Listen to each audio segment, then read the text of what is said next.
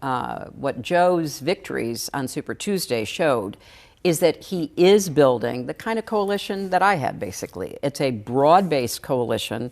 I finished, most of the work I needed to do for the nomination on Super Tuesday, and then it kind of lingered on.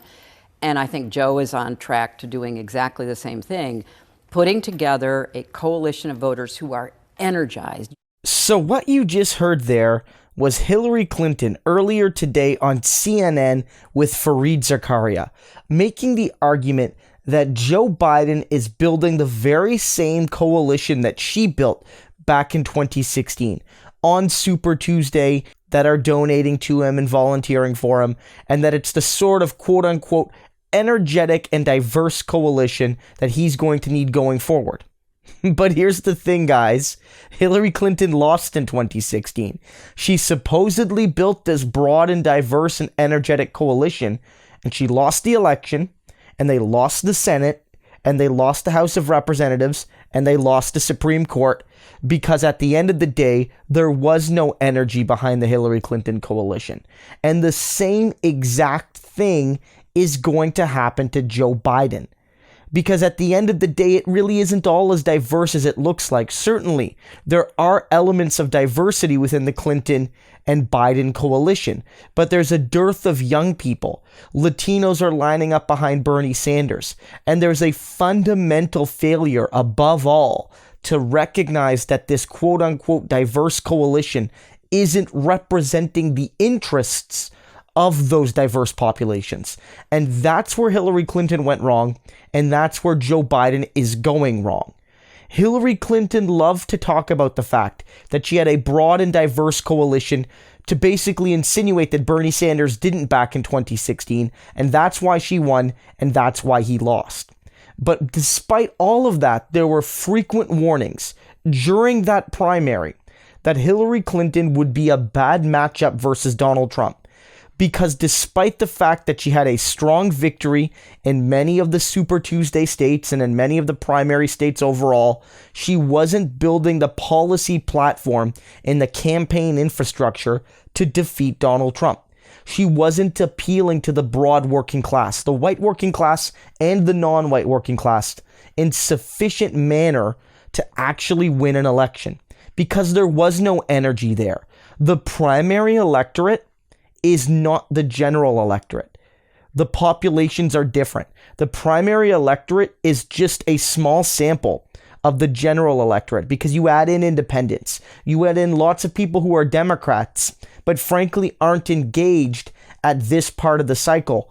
You add in a lot of people potentially that don't really start to pay attention to politics until September, October, November, and don't vote every cycle, and will make the decision, one, if the vote, and then two, who they're going to vote for. And you need to win those people if you're the Democrats. If you're the Republicans, you're fine.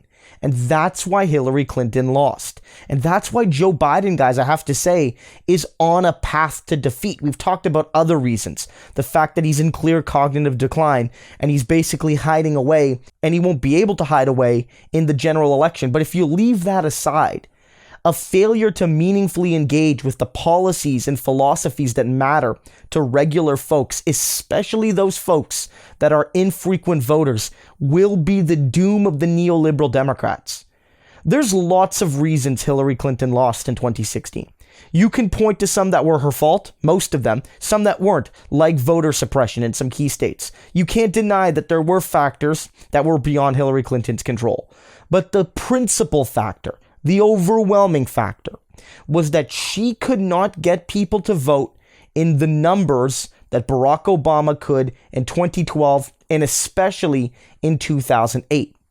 Whatever you think of Barack Obama, neoliberal Barack Obama, the guy who pretended to be progressive and then never really was much of a progressive, the man knew how to motivate people, to get them to Pokemon Go to the polls. And that not only won the presidency, but at least made them competitive in various races in the House and in the Senate. They won both in 2008, and they were able to keep the Senate for much of Obama's tenure, except for the last 2 years. And Hillary Clinton because she didn't have that energy, because she had the stench of neoliberalism, because she was seen, and accurately so, as a person that didn't give a damn about regular working class people. She lost that election because people didn't come out and vote. Sure, there were some Obama to Trump switchers. There were some people, especially in those Rust Belt states, that chose to vote for the Republicans because they felt abandoned by the Democrats. And I'm not going to excuse that. Donald Trump was worse than Hillary Clinton. I'm not going to play that sort of game. The differences between them are smaller, I think, than the differences between Clinton and Sanders, but there were differences nonetheless. But the point was, Donald Trump was able to tell folks that Hillary Clinton didn't give a damn about regular working class people, and rare for Donald Trump, he wasn't lying. Now, Trump was lying when he said that he did care. He doesn't give a damn. He probably gives less of a damn than Clinton or Biden. But as long as he can demotivate people that are on the fence about voting, he will win in those crucial states. Barack Obama won those elections because he did build a winning coalition. The coalitions were similar in some ways to the Clinton-Biden coalition, but they were different in that they had more young people. They really had real energy. They had the sort of energy and momentum that carried beyond the primary into the actual general election when most people start to give a damn. This is why Joe Biden's coalition will lose, just like Hillary Clinton's coalition lost. And this is why Bernie Sanders will win, both in general terms, but specifically against Trump. I've talked about some of this, that maybe in the election where you're running against a Jeb Bush type, maybe Bernie Sanders has more challenges. But when you're running against a right-wing fake populist, they are tailor-made to go against the bigwig neoliberal types like Clinton and like Joe Biden. But I think Bernie Sanders is an awful matchup for Donald Trump because Bernie is genuine on all of the things that Donald Trump is disingenuous about.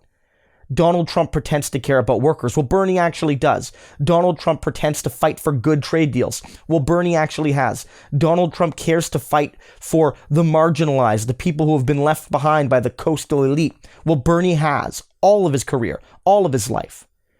Donald Trump can't say Bernie doesn't actually care about workers in the way he can say about Clinton and Biden. So when you see this interview, when you see people sharing it around as a sort of positive, remind people that the coalition Hillary Clinton built did get the popular vote, but was not designed to win under the parameters of American politics as it's designed. That system's unjust. Hillary Clinton should be president right now. She should be. But she isn't.